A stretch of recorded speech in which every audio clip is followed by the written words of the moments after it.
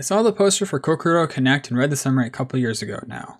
And at the time, I wasn't very invested in anime, only really having watched Sword Art Online. It sounded like a very interesting show to me, however, I lost the page for a little while until recently I was able to rediscover this show and finally watch it. So I had some strong preconceived notions about the topic of the show, especially since the synopsis is somewhat misleading. Preconceived notions aside, the show is definitely pretty good. Additionally, it falls under the categories of supernatural, slice of life, romance, and drama. Now we'd expect a shonen scrub such as myself to enjoy. However, today I'd like to talk about some things the show did right, wrong, and what I would think would be even better. This video will have some spoilers for the anime, however I don't bring up any major plot twists. This is one of the few times I noticed the soundtrack isn't in YouTube's copyright algorithm, so I'll risk it for today. The synopsis says it's about 5 students who randomly switch bodies, which is exactly what the show should be about, and what everyone would say it is after about 5 episodes, at which point the show takes a turn. Despite being a season and a half anime, it has 4 distinct arcs. The first arc was by far my favorite, and the one I think the show should have focused on the most. Supernatural phenomenon is about switching bodies between members of the group at random times for usually short durations. The second arc was pretty good, however I felt salty about ending the body switching arc, but by the end of it I really started to enjoy the second arc too. Unleashing uncontrollable desires was the supernatural phenomenon for the second arc. By far my least favorite arc was the third. Members of the group returned to younger versions of themselves, spanning between being a complete newborn and around 14 years of age. The final arc really worked to redeem the show for me and started to grow on me as it went along. The final supernatural phenomenon involves emotional thoughts being transmitted to other people in the main cast. I got plenty of positives coming in a little bit, so I'd like to mention that both Taichi and Aoki are fairly flat characters, and the show even comments on this in kind of an odd, indirect way. You're so worthless and ultimately boring. None of the other characters are super deep either, but not everyone needs to have a novel written about them.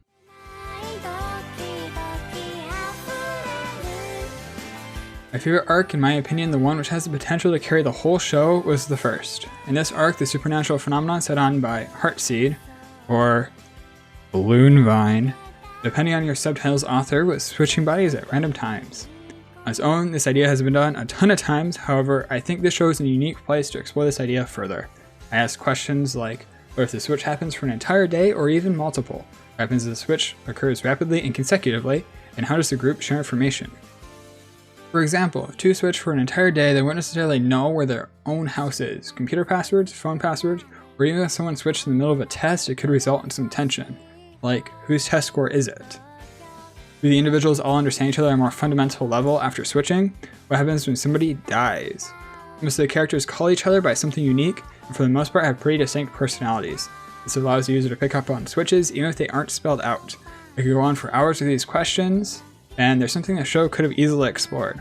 However, to go on with this, we would have to make everyone's home life a little bit more unique. With what they have, they could have talked about the expectations Yui has placed on her because of her parents. They could have talked about Yori being on her 5th dad and her mom not being around often and the issues that might cause. Aoki and Inuba need an actual home life, and they need to flesh out Taichi's a little bit more, because we actually only get to see his little sister. The show could have been amazing exploring this one idea, however it decided to move on to another phenomenon.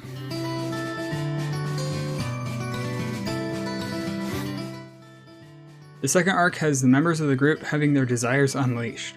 As a thought or action they may think of, it's suddenly becoming impossible not to follow for a couple seconds. At first, I didn't really see how this would cause much conflict, but once I finished the arc and looked back, I really did enjoy this one. They did a good job of diving deeper into some of the characters than the first one did, and built this world a little bit more. Inaba had her motivation and flaws explored the most during this arc, and it was a nice change of focus from Nagasai. It was also nice to see a little bit more into Yui's home life, however we don't see any conflicts in her home life. This arc worked more to grow its characters as opposed to the first arc, which spent more time setting them up and less time on growth. Heartseed is still a cheap plot device, which personally I don't mind, but it feels oddly more fleshed out in this arc, despite the characters never truly learning more about him. The thing has to do with the way he feels more down to earth and less of a god in this arc. He's given the opportunity to answer more questions and has an actual motive and appears a little bit more. Unleashing desires could have continued and been developed a little bit more, but I thought the execution was great and I wasn't left asking any questions or sitting on ideas unlike the first arc. During this arc, the story was pushed forward quite a bit more, with a nice change of pace to the first arc, which felt somewhat stagnant story-wise despite the lack of ideas or concepts.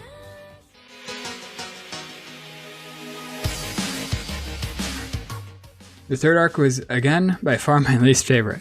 A second Heartseed pops up and thinks it would be an interesting idea if for part of the day, members of the group were turned into younger versions of themselves.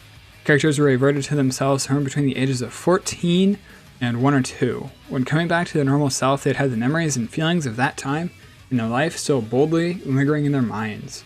The conflict feels kind of cheap and stems from those lingering memories. People, thoughts, and behaviors change all the time, so I don't know why you wouldn't expect people to have different feelings from that time as they do in the present. Nonetheless, Yui has to get upset with Aoki over past lovers. The way they got around hiding something as dramatic as someone reversing age by a couple years was to hide in a building that's about to be taken down, which seems kind of like hiding in their rooms when compared to the other arcs. This phenomenon doesn't really have the potential to be played out at school though, so I guess some forgiveness can be given on the side of execution, however not on the side of brainstorming the idea for the phenomenon. By the end of the arc, the first Heartseed comes back and says some very nice lines, which again helps flesh him out as a character a bit more, and his choices about how he uses his powers when compared to the second one really makes him seem like not such a terrible guy.